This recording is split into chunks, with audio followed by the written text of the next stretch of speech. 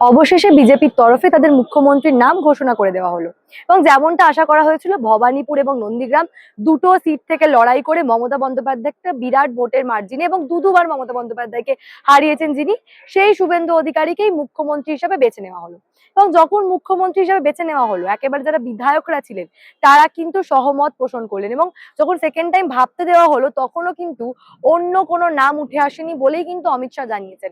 আজকের এই বৈঠকের পর যেখান থেকে মুখ্যমন্ত্রীর নাম ঘোষণা হলো তারপরে বিধায়করা বেরিয়ে ঠিক কি বললেন, শুভেন্দু অধিকারীকে মুখ্যমন্ত্রী হিসাবে পেয়ে বিজেপির বিধায়করা কতটা খুশি এবং বিজেপির যারা নেতারা এতদিন ধরে বিজেপির সঙ্গে রয়েছেন, এত দীর্ঘদিনের লড়াই, তারা শুভেন্দু অধিকারীকে মুখ্যমন্ত্রী হিসাবে পেয়ে কি বলছেন তাদের বক্তব্য একবার শোনাবো। শুভেন্দু অধিকারীকে মুখ্যমন্ত্রী ঘোষণা করে দিয়ে গেলেন অমিত শাহ, কি বলবেন বিধায়ক হিসাবে? ভালো খবর, উনি যোগ্যতম ব্যক্তি ছিলেন। গত 5 বছর ধরে অক্লান্ত পরিশ্রম করেছেন, অক্লান্ত পরিশ্রম মানে অমানবিক পরিশ্রম। এই পরিশ্রমটা কী ধরনের হতে পারে আমি অন্তত আমার নির্বাচনী ক্ষেত্রে গত 14 দিনে দেখেছি। আমি 14 দিন যেটা করেছি উনি সেটা গত 5 বছর ধরে করে যাচ্ছেন। আর তাছাড়া 2021-এ নন্দীগ্রাম, 2026-এ ভবানীপুরে ওনার এলাকায় গিয়ে সিটিং মুখ্যমন্ত্রীকে দুবার হারিয়ে দেওয়া, উনি যোগ্যতম ব্যক্তি ছিলেন। তাই অমিত শাহ ওকে মুখ্যমন্ত্রী করেছেন। এবং সবচেয়ে বড় কথা যে বিরোধীদের তরফ থেকে বা বিভিন্ন সংবাদ মাধ্যমে যেমন বলা হয় বিভিন্ন শিবিরের কথা, আজকে কিন্তু শুভেন্দু অধিকারীকে মুখ্যমন্ত্রী পদের প্রস্তাব করেছেন কিন্তু দিলীপ ঘোষ। এটা কিন্তু বুঝতে হবে, দিলীপ ঘোষ নিজে প্রথমে গিয়ে যেচে কিন্তু শুভেন্দু অধিকারীর নাম মুখ্যমন্ত্রী পদে প্রস্তাব করেছেন এবং বাকি সিনিয়র লিডাররা সাপোর্ট করেছেন, সমস্ত বিধায়করা সাপোর্ট করেছেন। এর থেকে ভালো খবর তো হয় না। ওইরকম এনার্জি, ওইরকম অ্যাগ্রেশন, ওরকম এক্সপিরিয়েন্স কজন মানুষের আছে বাংলায়। উনি আমাদের জন্য এখন বাংলার মোদিজি। তো এটাই আমরা চাই, ওনার নেতৃত্বে আমরা কাজ করব। যেখানে যা দায়িত্ব দেওয়া হবে, যা দায়িত্ব পাবো তাই নিয়ে আমরা বাংলার জন্য। আজ আমাদের নব নির্বাচিত বিধায়ক নেতা, বিরোধী দলনেতা থেকে লড়াই, পরিশ্রম, দলের বিভিন্ন স্তরের যারা কার্যকর্তা, তাদের আশীর্বাদ, তাদের প্রত্যয়, ভারতীয় জনতা পার্টির দলের অনুশাসন, রীতিনীতি, পরম্পরা, এই পুরোটাকে নিয়েই সর্বসম্মতিক্রমে তিনি দলনেতা নির্বাচিত হলেন ভারতীয় জনতা পার্টির বিধায়কদের পক্ষ থেকে, যিনি ছিলেন বিরোধী দলনেতা। ওয়ান্ডারফুল পারফরমেন্স, জানিয়ে বিরোধীরাও একটা শব্দ কিন্তু বলতে পারেন। এবং প্রত্যেকটা মুহূর্তে ভারতীয় জনতা পার্টি কিভাবে এই বিরোধিতা করবার ক্ষেত্রে সম্মানীয় সেই দিনের বিরোধী দলনেতা শুভেন্দু অধিকারী আরও ভালো কাজ করতে পারেন, যাবতীয় সাহায্য রাজ্যের নেতৃত্ব এবং কেন্দ্রের নেতৃত্ব তারা করে গেছে এবং তিনিও দমেননি, এক মুহূর্তে বসে থাকেন। পাহাড় থেকে সাগর সব জায়গায় দৌড়ে বেরিয়েছে। আমাদের মুখ্যমন্ত্রী নির্বাচিত হয়ে গেছে। অমিত শাহজি ওনার নামটা প্রপোজ করেছিলেন, সবাই মিলে সমর্থন করা হয়েছে, সবাই আমরা সবাই মিলে সমর্থন করেছি।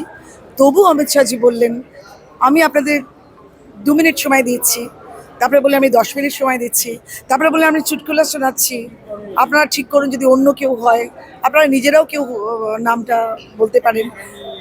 10 মিনিট, 15 মিনিট, 20 মিনিট, 25 মিনিট আমরা নিজেরা যা ওনারা কথা বলছেন, কেউ আরেকটি নাম বের করতে পারলেন না। দিদি, অশুভ শক্তি বিদায়, শুভ শক্তি উদয়, বলবে? তাই তো আমার একটা খুব ভালো প্রেজেন্টেশনের নাম ছিল দুর্গা ধরেছে ত্রিশূল। আমি সেই দুর্গার ভূমিকায় অভিনয় করেছিলাম। ত্রিশূল দিয়ে সব অসুর বধ, সব ব্যাড, যত রকম ব্যাড মোটিভেশন ছিল সব বধ। এবার দেখবেন একটা সুস্থ সুন্দর টালিগঞ্জ একটা কানুন, পশ্চিমবঙ্গে একটা কানুন, সত্যিকারের একটা কানুন আমরা তৈরি করব। হ্যাভ ফেথ অন মোদিজি। মমতা বন্দ্যোপাধ্যায় এখনো পর্যন্ত তার সোশ্যাল মিডিয়া থেকে চিফ মিনিস্টার এখনো নাম পত্রায় ছড়ালেন না, রেখে দিয়েছে। ওনার একটাই কথা বলবো, গেট ওয়েল সুন। ওনার অসুখ করেছে, যেমন উনি অসুস্থ বলে সারা পশ্চিমবঙ্গকে অসুস্থ করে রেখেছিলেন। পশ্চিমবঙ্গের অসুখ করেছিল, সেই অসুখের ডাক্তার এসে গেছি আমরা। 4 তারিখের পর আমরা দেখলাম অভিনেত্রী যারা একেবারে ফুল টাইম রাজনীতি করতেন তারা একেবারে বেশ শুরু হয়ে গেছেন, বিভিন্ন রকম পোস্ট দিচ্ছে। রাজনীতি যারা ছাড়ছেন তাদের বলবো, তাহলে আপনাদের মানুষ সুখের পায়রা বলবে, আপনারা এখনই রাজনীতি ছাড়বেন না। সুখের সময় ছিলেন, ওদের দুঃখের সময় থাকবেন না? 4 তারিখের পর যে ওদের বোঝাবেন না যে যেটা আপনারা সবাই ভেবেছিলেন সেগুলো ভুল, সেটা অন্তত বোঝান। সুখের পায়রা হবেন না, তাহলে নামের পাশে ব্র্যাকেটেড সুখের পায়রা হয়ে যাবেন। Never do that. আমি একজন সিনিয়র হয়ে বলছি। Thank you so much. একটাই জীবনের লক্ষ্য, কমিটমেন্ট কমপ্লিট করা। সময় বেশি দিন নেই, 1800 কটা দিন হবে। আর পর্বতপ্রমাণ সমস্যা কমপ্লিট করতে হবে। হ্যাঁ, আমি কনফিডেন্ট আমি করবো। মূল যে সমস্যাগুলো ছিল, নিকাশি সহ নানা রকম সমস্যা দেখা গেছিল, এবং বরানগরের যেটা প্রধান সমস্যা আরেকটাও রয়েছে, বরানগর পুরসভা যেটা দুর্নীতির সঙ্গে যুক্ত, সেই বিষয়গুলো কিভাবে? প্রথম জঞ্জাল ছাপাই হবে পুরসভার ভেতর থেকে। দাদা 4 তারিখের পর যারা একেবারে মানে বিজেপি হয়ে গেল, আর এই যে ভায়োলেন্স যারা করছে তাদের উদ্দেশ্যে কি বলবেন? মানে যারা পোস্ট পোল বিজেপি, মানে যারা মাল্টিভার পোস্ট পোল বিজেপি, আগের বার ছিল পোস্ট পোল ভায়োলেন্স, এরা হচ্ছে পোস্ট পোল বিজেপি। হ্যাঁ, এদের কারোর বিজেপিতে জায়গা হবে না। শপথটা হয়ে যেতে দিন, আমরাও শপথ নিয়েছি, ওগুলোকে ক্লিন করে দেবো। নিরাপত্তা, নারী নিরাপত্তা, এই বিষয়টা কি? 100% প্রায়োরিটি। আজকে অমিত শাহজি বলার পর আবার আমার থেকে শুনে কি করবে? মুখ্যমন্ত্রী